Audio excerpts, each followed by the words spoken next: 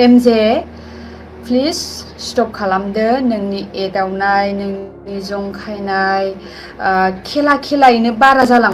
खुलुमबाय times of Bodoland नायगिरि नोंथांमोनखौ दिनैनि बे गोदान मोनसे भिडिअ बयखौबो गोसो गोथारै बरायहरनाय थाबाय आरो लोगोसे आंनि अननाय आरो मोजां मोननायखौबो बयनिसिमबो जासिहरनाय जाबाय। दिनैनि भिडिअआ जाहैबाय आब' रिंखि ब्रह्म आरो एमजेनि सायावहाय। स' एमजेनि सायावहाय आब' रिंखिया मा बुंदों नोंथांमोना बे भिडिअखौ जागायनायनि सिगां नायग्रोना लाबानो जाबाय। ओमफ्राय आङो सानै साथाम मानसिनि सानै दं हा। सासे खर' गाज्रि दङ, सासे खर' गेसाव दङ। बे मानसिया सोर होनबा नोंथांमोना जायजों जरायबाय थायो, जायजों एदावबाय थायो, मिस्टार एमजे जेरिमाया नामामोन नामा अरिजिनेला जेरिमाया मुसाहारि। एमजे प्लिज स्टप खालामदो नोंनि एदावनाय नोंनि जंखायनाय खेलायैनो बारा जालांबाय माने खोथाफोरा।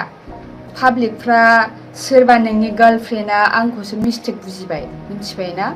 दायो नोंथांमोना बे भिडिअ क्लिपखौ नायनानै एसेब्लाबो बुजिखाबाय जानांगौ। बे बाथ्राखौ मैया आब' रिंखि ब्रह्मआ गावनि इउटुब चेनेलाव फैनानै लाइभआव फैनानै बे बाथ्राखौ बुंदों। रिंखि ब्रह्म बिथाङा डाइरेक्टलि एमजे बिथांखौ थांखिनानै बुंदों जे बिथांनि एदावनाय जरायनाया नांगौनि बारा जाबाय जानांगौ, जेराव रिंखि ब्रह्म बिथाङा बारा मोननानै लाइभनि गेजेरजों बुंफोरना होदों जे बिथांनि एदावलायनाय बा जरायनायफोरा बारा जाबाय होननानै, जायनि थाखाय रिंखि ब्रह्म बिथाङा एमजे बिथांखौ खर' गाज्रि होननायखौबो जों बिथांनि लाइभनि गेजेरजों नुनो मोननाय जादों। आरो लोगोसे बिथाङा बुंबावनाय बायदिब्ला एमजेनि गार्लफ्रेन्ड बियो रिंखि ब्रह्म बिथांजों भिडिअ खालामनाय लोगो हमनायफोरखौ मेगन सायोमोन जानांगौ, जायनि थाखाय रिंखि ब्रह्म बिथांखौ एमजेनि गार्लफ्रेन्डआ सन्देहजों बायदिसिना बुंहरो जानांगौ।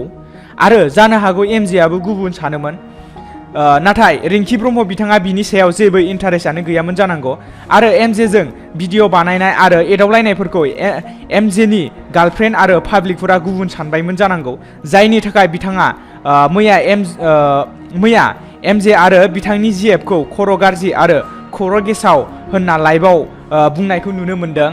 स' एमजे बिथाङा बिथांनि भिडिअनि गेजेरजों बुंनानै होदों बिथाङा बिनि सायाव जेबो सोमोन्दो गैया, बिथाङा बिब' सोमोन्दैसो बेबायदि भिडिअ बानायो बा एदावलायोमोन होननानै बुंदों।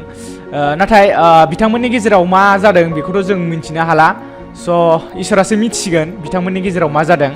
एमजे बिथाङाथ' गावनि भिडिअनि गेजेरजों बेफोरबायदि जेबो सोमोन्दो गैया होननानै बुंदोंमोन, बाट जोंथ' मिथिया बिथाङा गावनि गोसोआव मा सानो। जानो हागौ बेबायदि माबा मोनसे सानोमोन खोमा, बिनिखायनो रिंखि ब्रह्म बिथाङाबो आब' बिथाङाबो बेबायदि बाथ्राखौ गावनि लाइभनि गेजेरजों बुंफैनो गोनां जादों। आङो माखासे इउटुबावहाय माबोरै कपिराइट नांनायफोरखौ बोखारो, माबायदि खालामो बेफोरखौ मिथियैखाय नोंहा मा एदावो, आंखौ भिडिअ बानायो, ओमफ्राय बिथिं नोंहा मा गार्लफ्रेन्डआ बे हौवाया बिदि होनलाबायो, हिनजावा ओमफ्राय थैनो नागिरो खर' गेसाव एकदमबारे। दाखालियो बेबायदिनो एमजेआथ' क'क्राझाराव गैला नालाय, अबाव थाहैखो आंबो मोजां मोनथिया, माने रायज्लायबाय थानाय जाया नालाय।